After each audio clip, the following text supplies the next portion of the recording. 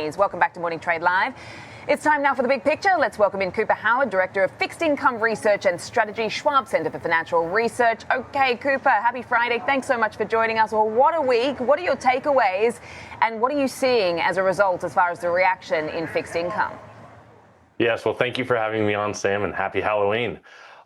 Really, if you look back in the past week, I think the biggest event, obviously, was the Fed meeting. And in terms of them cutting, I don't think that was too big of a surprise. That was largely baked into what the market was expecting.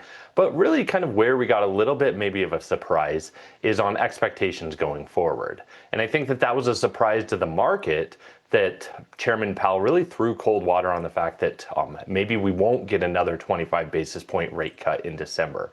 Now, for our team, we had been expecting maybe a little bit slower of a pace of rate cuts. We weren't in the camp like the market was that December was a sure thing, because we do see that inflation is elevated above that Fed's 2% target. And also, yes, there is a little bit of softness in the labor market, but ultimately we're not seeing all of that softness because of the government shutdown, and we're not getting that regular flow of things. So I think that going forward, Sam, what we're going to be looking for next week, we're obviously going to get a lot of Fed speakers trying to explain what their reasoning was for either not for the rate cut and potentially dissenting. We already heard from President Schmidt this morning saying that one of the reasons that he dissented is because inflation is at an elevated level. So that's going to be something to watch going forward. Oh, absolutely. And I think that was one of the big surprises, wasn't it? We know Myron's stance and where he sort of sits on the broad spectrum. But I mean, as far as Schmidt sort of suggesting that they should sit on their hands, I think that really took the markets aback a little bit to some degree. But, as you say, moving forward, what are the next sort of potential catalysts then if, we continue to see this government shutdown grinding on, we continue to get a lack of data, we continue to see this sort of divided Fed, and we start to edge closer towards that December meeting?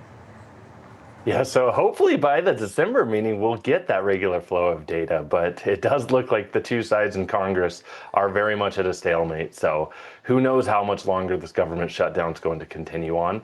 And ultimately what that means for the market is they aren't going to get that regular flow of information like you mentioned, Sam. Now, next week, we do get the ADP report. So usually in a normal environment, that's not as closely watched as the non-farm payroll report or the labor market report. But I do think that given the shutdown, that's going to be an area that the market's going to focus on. So expectations right now are only a gain of 25,000. That's coming off of the back of a negative print. So that's going to be an important thing to watch. And that may give us a little bit more of an indicator of where the labor market has been going. And maybe that will change what the Fed expectations are later down into December. All right. So what's the strategy for now, at least? I mean, what should investors be doing, with a lot of the uncertainties that you've just spoken about? Yeah, well, even given the uncertainties, there's opportunities. And if you look at the 10-year Treasury right now, we're at about 4.1%. So it's been hovering around that 4% level. We do think that that's a relatively attractive level compared to where we have been historically. Yes, you can see on the chart here that we are down over the past couple of months and we're near the lows over the past year. But if you were to expand it even more, Sam, we're up off of levels that we haven't seen over the past couple of years. So for income-focused investors, we do think that there are opportunities in the fixed income marketplace. What we're suggesting right now is more of a bias towards staying up in credit quality.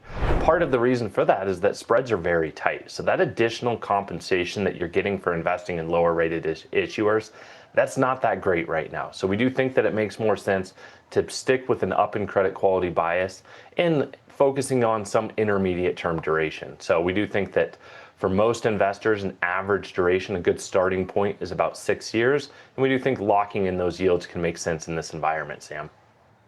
Okay, great stuff. Cooper Howard, appreciate your time as always. Thank you so much for joining me. Happy Friday. Have a great weekend. That is Cooper Howard, Director of Fixed Income Research and Strategy, Schwab Center for Financial Research, joining me there.